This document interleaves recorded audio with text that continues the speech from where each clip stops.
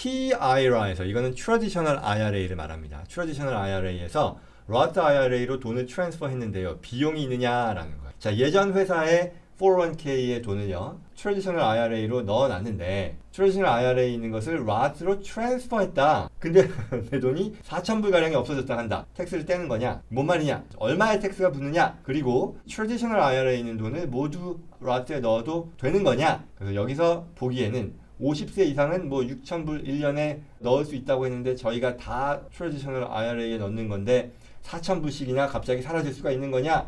뭐 이런 말씀을 하셨어요. 얘기가 좀 많은데요. 우선 첫 번째 얘기로서는 Traditional IRA에서요. Roth IRA로 rollover 한다라고 표현하거든요. 그렇게 트랜스퍼 한다, 뭐 rollover 한다라고 표현하는데 옮기는 게 가능하냐? 가능합니다.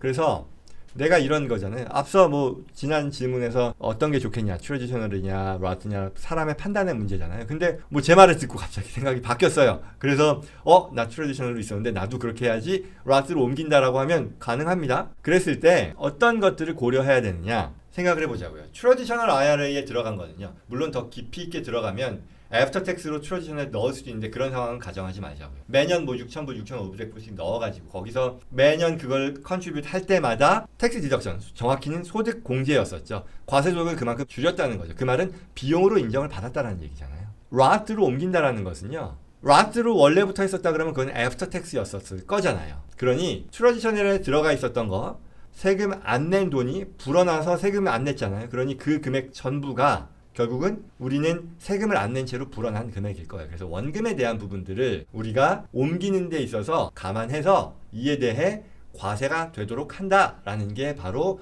트래디셔널 IRA에서 로스로 옮겨갈 때 정해지는 그런 규칙입니다.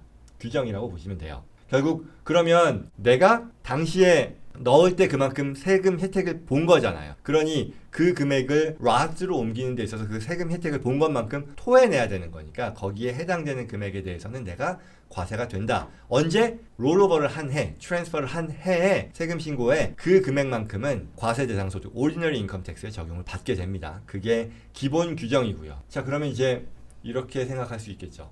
왜 이분이 4,000불씩이나 없어졌냐? 라고 할 때는요. 보통은 이래요. 트래디셔널에서 로스로 이제 컨버전을 할 때, 롤오버 뭐라고 부르건 할 때 금융기관에서요. 물어봐요. 이 금액에 대해서 얼마만큼 원천 징수를 할래? 안 할래를 물어보는데 아마 이분들께서는요. 그런 거 별 말씀 안 하셨을 것 같아요. 그럴 경우에는 대개 이제 10%의 원천 징수를 적용하거든요. 그래서 줄어들었다라는 건데요. 근데 이게 끝은 아니고요. 우리가 원천 징수라고 하는 것은 미리 낸 세금이잖아요. 나중에 그 해 지나고 나서 내가 세금 신고를 할 때 과세 대상 금액에 대한 것이 과세 소득으로 산정이 되고요. 그리고 거기서 실제 결정되는 세금에서 이 원천 징수된 금액만큼을 차감하니까요. 결과적으로 뭐 손해 보거나 그런 건 아니고 내야 할 세금만 딱 내게 되는 거고요. 그리고 중요한 것은 보통은 이제 이 은퇴 계좌에서요. 59.5세 이전에 내가 찾게 되면 10% 페널티 텍스가 붙는단 말이에요. 그러나 이와 같은 롤오버 과정에서 TIRA에서 로스로 옮길 때에는 그와 같은 페널티는 부과되지 않는다. 자, 그러면 여기서 마지막으로 이 옮길 때 언제 컨버전 하는 게 좋으냐라는 질문 할 수 있을 텐데요. 언제냐 하면 다른 소득이 없을 때가 좋아요. 다른 소득이 없을 때 좋다라는 이유는 뭘까요? 그 해에 내가 만약에 소득이 적으면 내가 컨버전을 했을 때 그만큼이 오리지널 인컴 텍스에 적용을 받는다 그랬잖아요. 그랬을 때 그 금액이 적용받는 세율이라고 하는 것은 그 해, 컨버전이 된 해에 적용받는 세율이 똑같이 적용이 될 테니 만약에 소득이 낮은 해라고 하면 그 해의 세율이 낮잖아요. 내가 금년에 좀 높아? 라고 하면 그 해는 적어도 이 컨버전에 적절한 해는 아닐 것이고요. 낮다 그러면 적절한 해가 되겠다라고 할 수 있겠죠.